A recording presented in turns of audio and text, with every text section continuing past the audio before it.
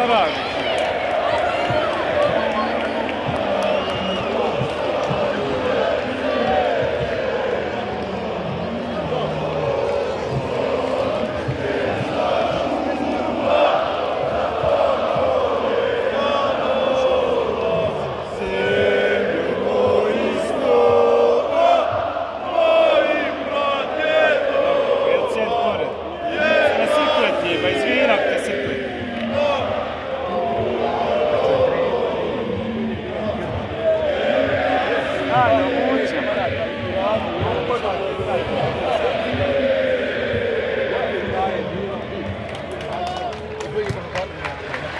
Recam ja ono znate kada smo u Engleskoj na utakmici, ono, prvi red.